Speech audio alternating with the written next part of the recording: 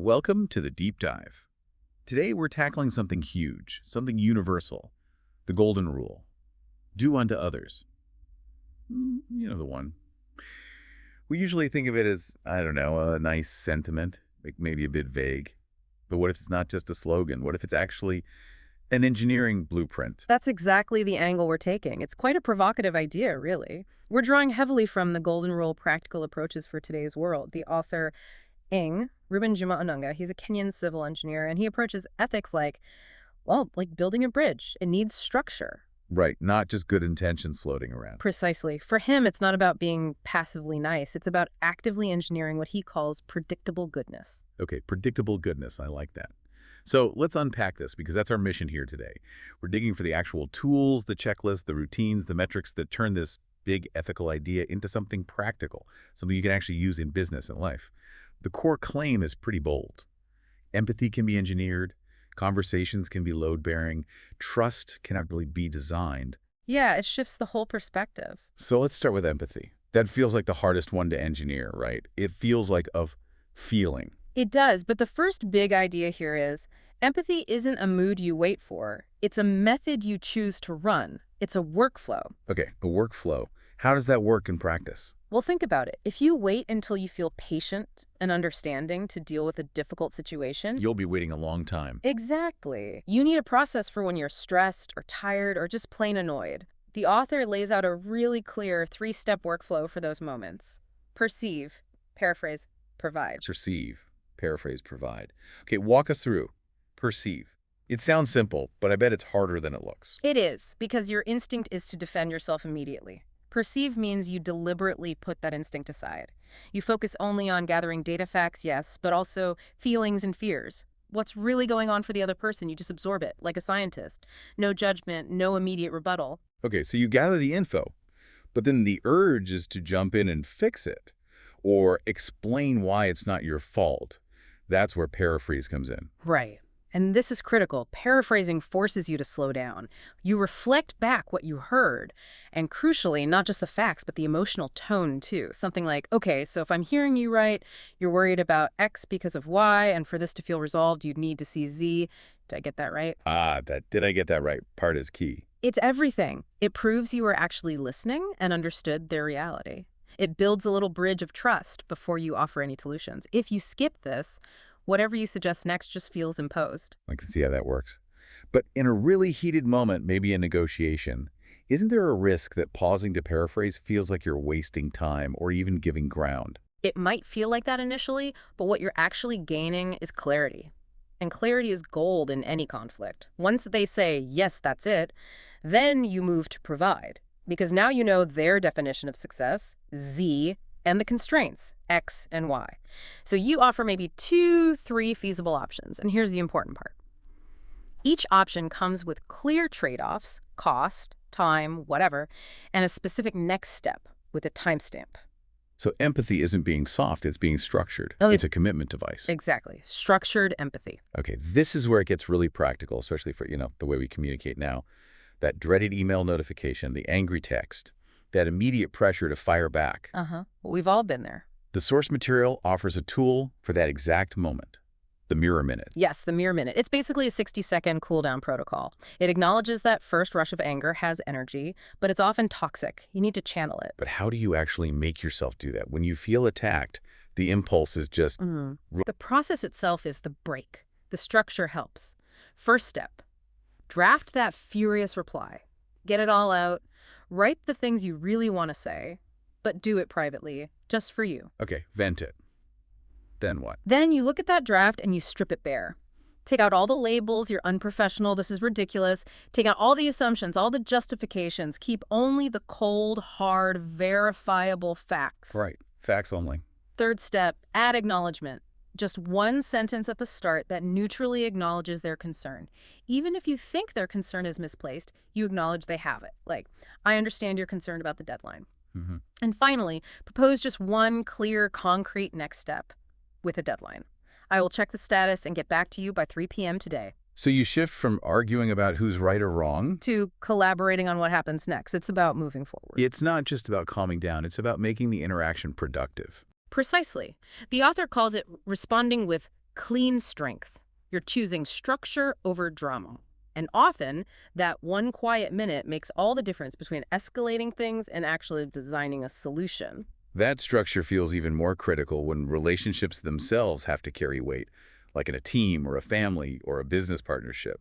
The analysis says conversations fail when hidden loads meet weak joints. Yeah, that's a great engineering metaphor, isn't it? It really is. So to strengthen those joints, there's another framework, the 5R conversation sequence. Right. This is for those really tough, high-stakes conversations where things could easily spiral. It's designed to stabilize the dialogue, sequentially. Okay, first R. Respect. And crucially, this means acknowledging the other person's reality before you start defending your position. So if you missed a deadline, you don't lead with excuses. You lead with, you've waited longer than you should have. Own the impact first. Establish that baseline. Okay, then you move to reveal. Yes. Reveal is about laying out the facts and the context clearly. No fog. And this includes owning your mistakes up front. The idea is that telling the truth early, even if it's uncomfortable, is almost always less costly than having it dragged out later when trust has already eroded. Makes sense. Get it out there. Yeah. Then comes request. Request is the pivot point. You shift from just talking about the problem to defining the solution, and you need specifics.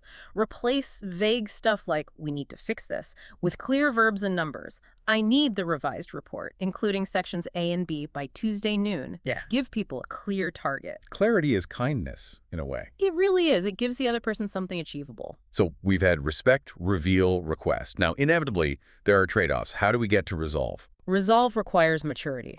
It's admitting that nobody gets 100% of what they want. You have to consciously design a pair of partial wins.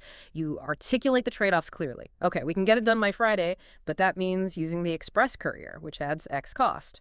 Or we stick to standard shipping and it arrives Tuesday, which is the priority. You make the choice explicit. The handshake around the trade-off. Exactly. And the final R is crucial for making it stick. Record. Record. Write it down. Who agreed to do what, by when, and share that record email, shared doc, whatever, within 24 hours. It cements the agreement and prevents future misunderstandings. Good records stop good intentions from turning into arguments later because memories fade or differ. It's amazing how these person-to-person frameworks scale up. The analysis connects this directly to designing policies and systems using something called the seat swap test. Yes, this challenges the idea that you can just rely on individuals always doing the right thing within a system. The system itself needs to be ethical. The seat swap test is simple. Before you finalize any rule, any penalty, any public communication, you mentally swap seats. You put yourself on the receiving end. Exactly. And you ask honestly, if this were applied to me, would I feel it was fair? Was it clear? Was it respectful? Would I understand what's happening and why? And for a policy to pass that test, it needs to be built on 4 pillars. Right. The source calls them the pillars of trust by design. Dignity, the tone, the way people are treated. Clarity is the process. Understandable, predictable. Recourse, is there a way back if something goes wrong? And proportion, does the consequence fit the situation? Let's talk about recourse, because often that just feels like a dead end, an email address nobody checks. It has to be more than a checkbox. It needs to be a real, published, clear pathway, an actual appeal process, maybe with stages.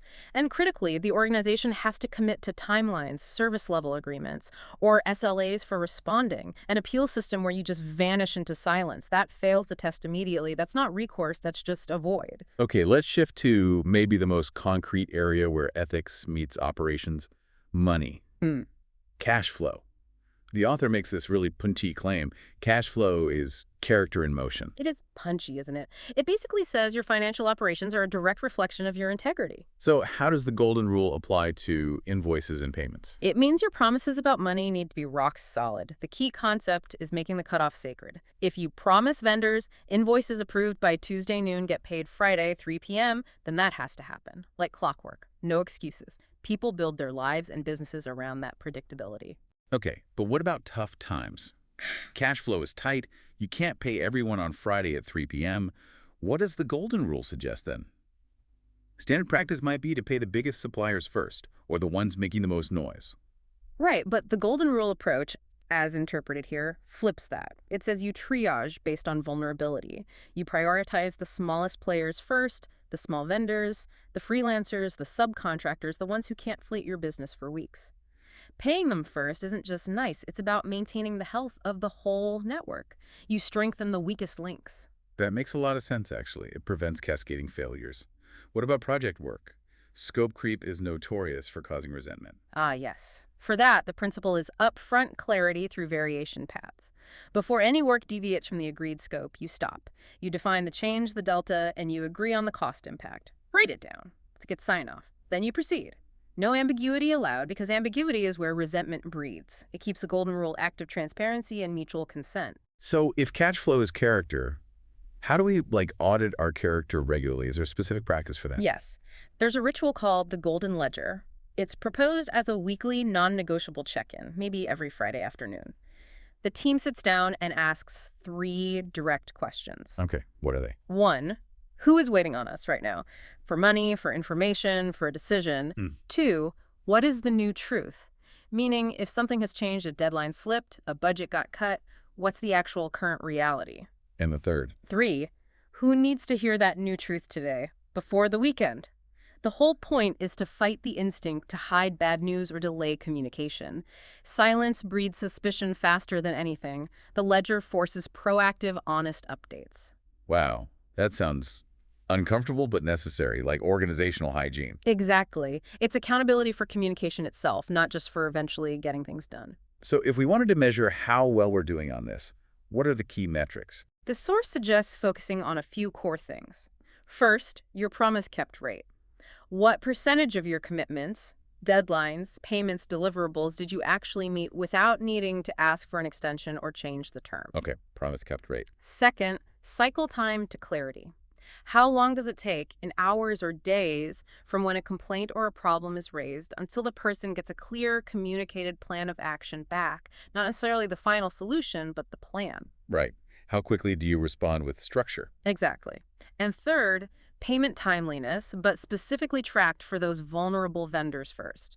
Are you meeting their payment terms consistently? This isn't just for big corporations either, right? The source talks about applying this even at the community level, using this idea of Ubuntu as strategy. Absolutely. Ubuntu, the idea of collective well-being, I am because we are, needs systems to make it real, especially when money is involved, like in community co-ops. So things like visible money become important, public price boards, sending SMS receipts for every single transaction, maybe even simple dashboards showing income and expenses. Combine that with clear, accessible channels for raising concerns or disputes, that recourse piece again. It turns shared values into a system people can actually see and trust. Transparency builds the trust needed for cooperation to last. Precisely. Verification is key. So if we pull this all together, the fundamental point Onunga seems to be making is this. Applying the golden rule isn't about being weak or easily taken advantage of. It's actually about developing what he terms clean strength. It's his constant balancing act between mercy, kindness, empathy, and order, structure, rules, predictability. Because mercy without order, that just leads to chaos. But order without mercy, that leads to rigidity, to hardness. These systems are tools to find that balance. Okay, that's a powerful synthesis. Clean strength. So for you listening, if this resonates, if you're thinking, okay, I want to try engineering some goodness, where do you even start? It feels like a lot. What's like the 30-day quick start guide from this? Yeah, you don't boil the ocean. You install small, high-leverage rituals, things that start rewiring those automatic, less helpful reactions. Give us the week 1 challenge. Week 1, 2 things. First, commit to the mirror minute. Before you send any potentially heated reply, email, text, whatever, it takes 60 seconds. Vent, strip, acknowledge, propose one step. Second, pick one difficult conversation you've been putting off and consciously use the perceive, paraphrase, provide loop. Just try it once. Listen hard, reflect back what you heard, then offer timed options. Okay, mirror minute and PP on one conversation. What about by the end of the month, say week 4? By week 4, anchor the habit by making it a shared ritual. Install one weekly check-in. If it's at work, try the Golden Ledger meeting. Who's waiting? What's the new truth? Who hears it today? If it's at home, maybe start a really simple 10-minute weekly money huddle. Just talk openly about household cash flow, what came in, what went out, what's coming up. No blame, just clarity. One small, consistent ritual. Yes. Because, and this is maybe the final thought to leave you with, the goal here isn't perfection. You're going to mess up. Deadlines will get missed. Promises might get broken occasionally. The real goal is to become predictable. Predictable in your integrity. Predictable in how you communicate, especially when things go wrong. Predictable in providing a path back to fairness. That predictability, that's the quiet superpower. Yeah. That's what builds the kind of reputation that, honestly, money just can't buy.